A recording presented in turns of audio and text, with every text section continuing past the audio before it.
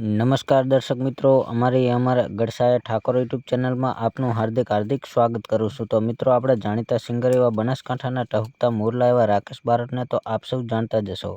તો મિત્રો, રાકેશ બારટનું જોરદાર નવું સોંગ આવવા જઈ રહ્યું છે। તો મિત્રો, સોંગના ટાઇટલની વાત કરીએ તો મિત્રો, સોંગનું ટાઇટલ છે વાલી ગુસ્સો ચમ કરો છો।